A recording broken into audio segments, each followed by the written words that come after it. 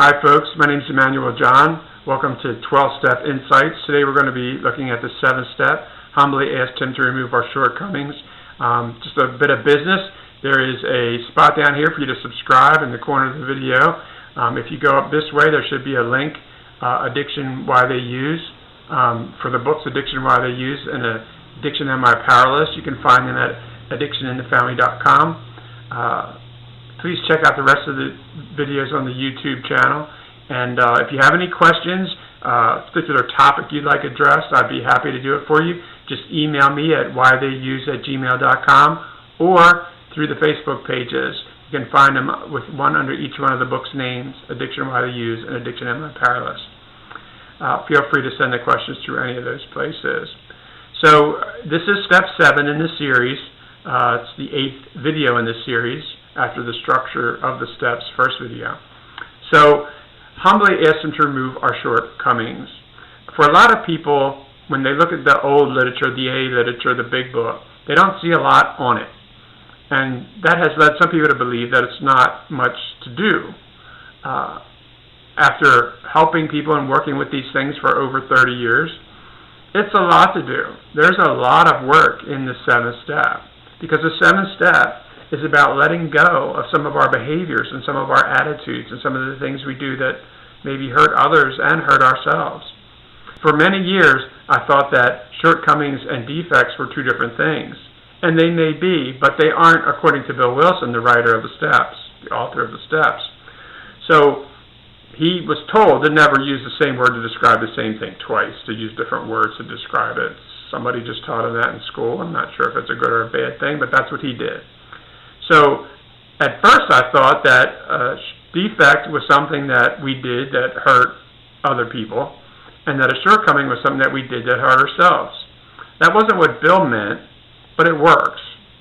So sometimes to look at, there are two different types of shortcomings and defects. We have shortcomings and defects that hurt other people, and we have shortcomings and defects that hurt ourselves. Sometimes I think the ones that hurt ourselves are harder to find. They're a lot more subtle.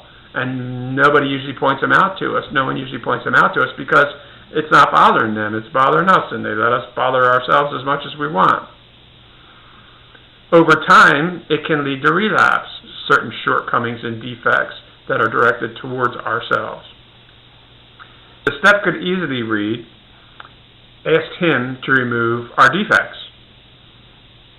Our defects about us and our defects that have to do with others. When we do this step, when people first look at this step, what they usually see is what I did wrong to other people, what I did wrong to society, what rule I broke, what law I broke. That's one part of it, but it is not all. A searching and fearless moral inventory, thorough inventory, would uncover the defects and shortcomings about me towards myself, as well as my defects and shortcomings towards others. I think he put the word humbly in there for a very simple reason. If we were to just remove all of your defects and all your shortcomings, life would be difficult. It would be hard. We've attained our defects and shortcomings as a way of coping with life, as a way of dealing with life, with our fears, with our insecurities, with our self-centeredness, with our selfishness, because maybe we never had enough, so we keep having to take. Well, if you stop taking sometimes in certain environments, you might not have enough of what it is you need to get by. Obviously, 6 and 7 are next to each other in the steps. And the first one, 6, says that we have to become ready. We're entirely ready to have God remove all these defects of character and shortcomings. And the 7th step humbly asks him to remove our shortcomings and defects of character. Again, Bill used 2 words to basically say the same thing. So back to the humbly part. How are we able to let go of them? Can we remove them? When I was a younger therapist, counselor, I thought, well, a defective part has to be removed and replaced. That's a defective part. And I thought, well, as humans, we can't really take a part out and put a new part in, obviously. So how do we do that? How does a defect get removed if it's a part of the way our mechanism works? And then I thought, well, maybe that's why We're asking God to do it. When they say Him, obviously Bill is referring to God. It's a capital H. Humbly asked Him to remove our shortcomings. It doesn't even really say all of our shortcomings. It says remove our shortcomings. And I think Bill knew that some of them were probably going to stick around. Again, you can't take a defective part out and just replace it with a new part. So it would require some grace, some higher power, some more powerful being than man, possibly remove these things. Some of them, I think, do actually get removed behaviorally, meaning that as we change our values and change our desires and change the things we do every day, some of these defects sort of dissipate. They go away. They disappear. Doesn't mean they're gone forever, and they may come back. And I think that's part of why Bill said, humbly asked Him, because he kept seeing some of his old defects rear their ugly heads back up. I think it's important to remember that when Bill was writing the steps, he got to 6 and 7 and he got confused. And he actually called his spiritual guide at the time, what we call sponsors now. And he said to him on the phone, I just don't know what to do with this. It could go in so many different directions. I don't know how to say it. And he said, well, tell him what it might look like. And then when you get to the 6th and 7th, as mentioned in an earlier video, it says, might look something like this.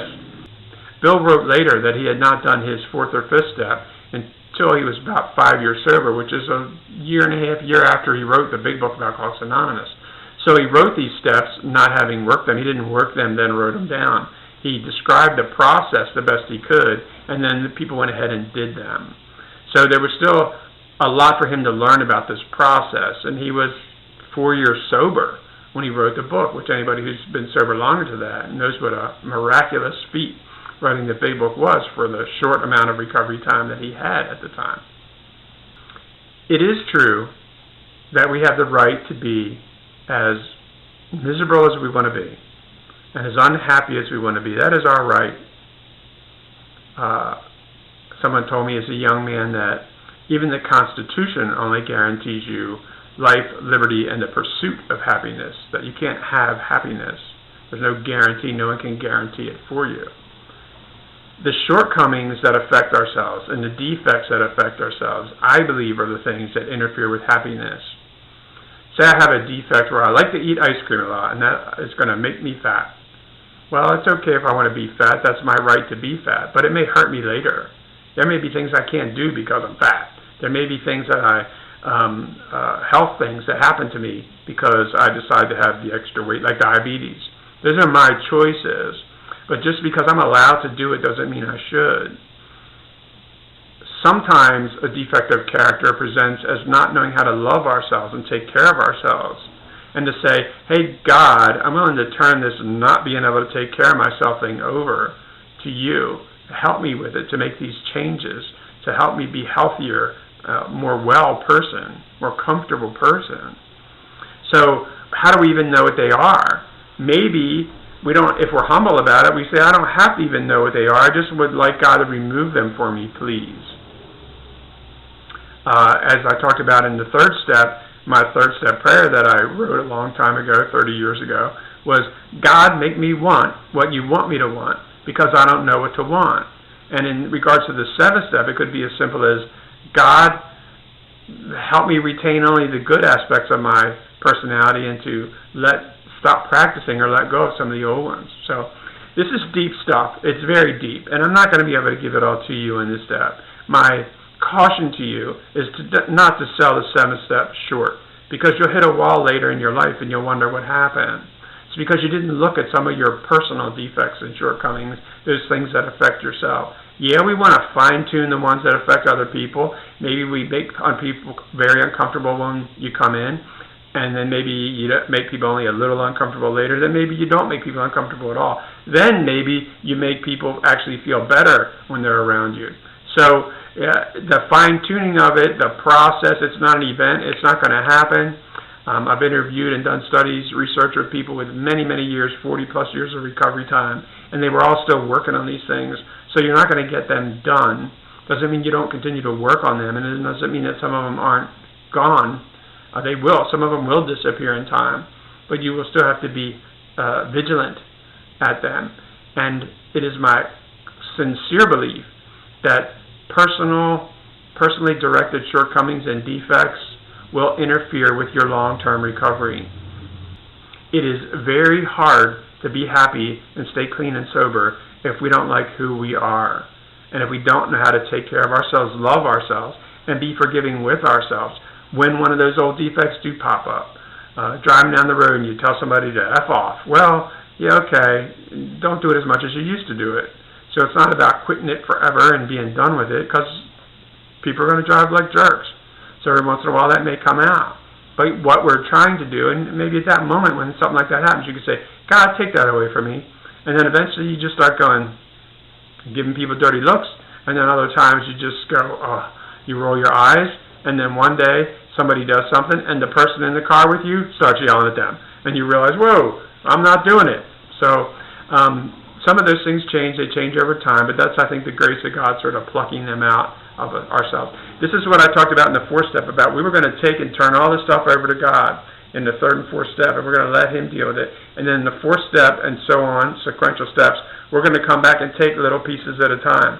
Well, maybe I don't like the way I curse. Maybe I don't like the fact that I smoke. Maybe I don't like the fact that I'm selfish or self-centered. So this is us going back and cleaning off those different shelves that are the inventory and looking at these different things. And it's a lifelong process. If you get it done in a couple years, please call me. I need a new spiritual guide. It's not going to happen.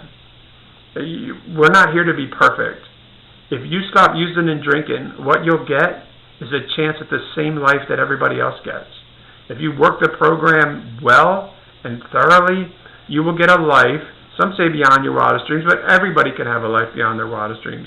You're going to get a chance at a life that's not stolen from you by drugs or alcohol. That's my goal. That's why I'm doing these for you. That's why I'm doing these videos. It is not to sell books, but I have a lot of information in my books that is very helpful. So, addicts don't read their own literature.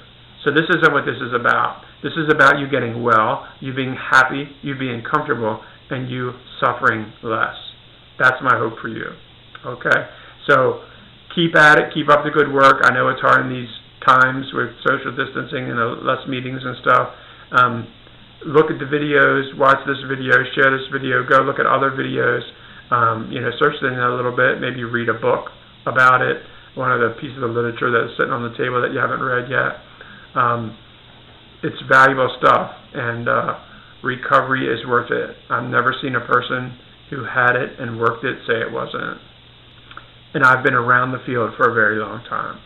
So good luck. Thanks for tuning in. Subscribe to that little button down here, and we'll get you the other videos as I put them out. Thanks. Take care of yourselves.